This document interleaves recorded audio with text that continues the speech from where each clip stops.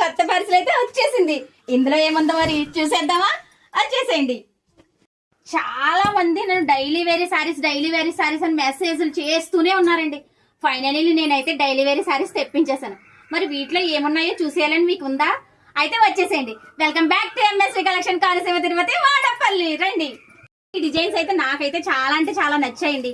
మరి మీకు కూడా నచ్చుతాయో లేదో చూసేద్దామా? మరి డైలీ వేరీ శారీస్ అంటే నాకైతే చాలా అంటే కలెక్షన్ నేను చాలా లాంగ్ నుంచి అయితే నేను తెప్పించాను.